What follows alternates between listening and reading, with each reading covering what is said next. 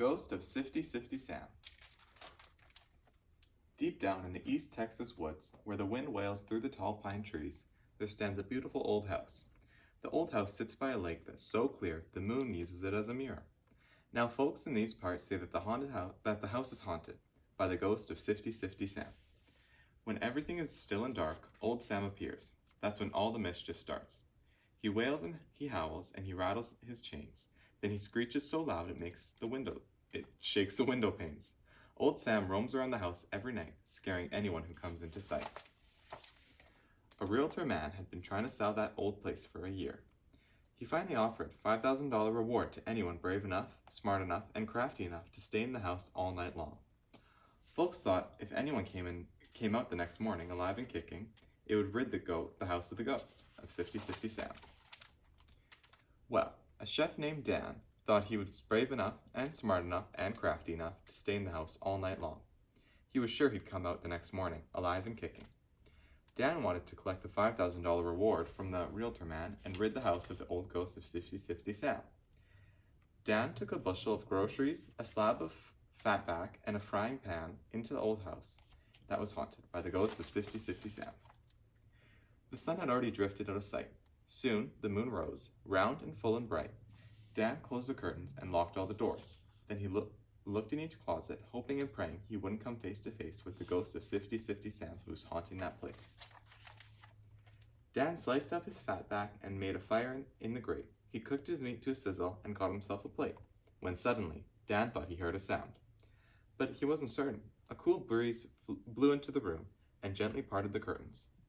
Dan looked through the window of the shadowy room. He saw a boat just beyond the edge of the lake, and what looked like had been at the head of a man. Just the head of a man. But it was hard to see in all the dark and gloom. But then a voice whispered in the wind, "I'm the ghost of Sifty Sifty Sam. I'm on the lake near the man."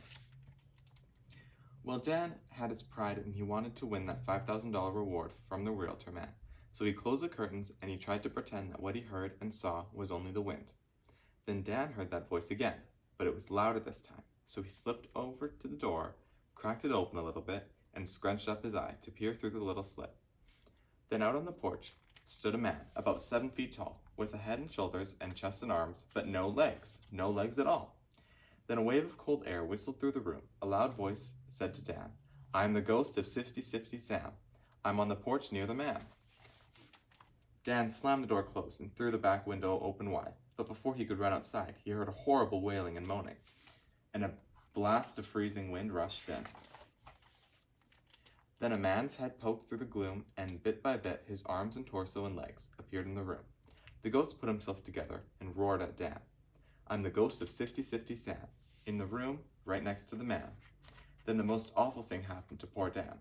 His teeth began making music all by themselves. His knees knocked together, and his shivering feet tapped on the floor in time to the beat. The ghost sniffed the air and snatched the frying pan from the grate. He ate and ate and ate.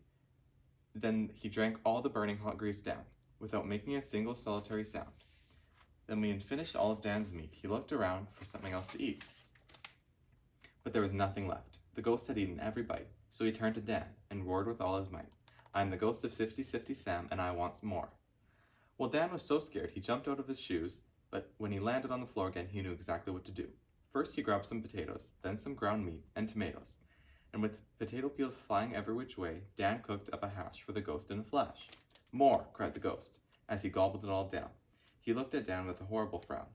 Dan's hands shook as he scrambled a dozen eggs and buttered a whole toasted loaf of bread. "More, more!" cried the ghost, with a mighty bellow. "Give me more food, because I am the hungry fellow." Dan trembled all over from head to toe, and wiped up a pan of spicy gumbo. "More, more, more!" cried the ghost, as he wiped his plate clean. "Give me more food right now, I'm feeling hungry and mean."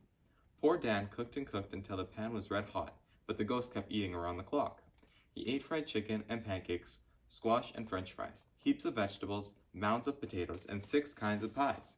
He ate spaghetti and cornbread, and dish after dish of Dan's crispy, delicious, batter-dipped fish. As the pale pink of the morning crept into the sky, old Sam rubbed his huge belly, belched, and said with a sigh, "I've been hungry for the last 20 years. It's so hard to find a good meal around here. I sure appreciate all the wonderful food. I'd love to stay around here. Is there something I can do? Dan thought a while, then he whispered to the ghost's ear. When old Sam heard the request, he moaned and trembled with fear. Oh well, said the ghost. He licked a few crumbs from the dish. I'll do anything to get some more of that fish. Then the sun turned night into day. The ghost grabbed a donut and faded away. Dan collected his reward from the realtor man. Then Dan bought that old house, opened a restaurant, and became famous all over the land. If you peek in the kitchen, you'll see Chef Dan. He cooks fried chicken and pancakes, squash, french fries, heaps of vegetables, mounds of potatoes, and 6 kinds of pies. He cooks spaghetti and cornbread, and dish after dish of crispy, delicious batter-dipped fish.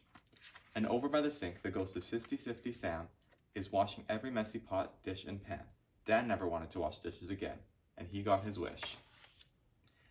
After old Sam had washed every last dish, Dan rewarded him with crispy, delicious batter-dipped fish.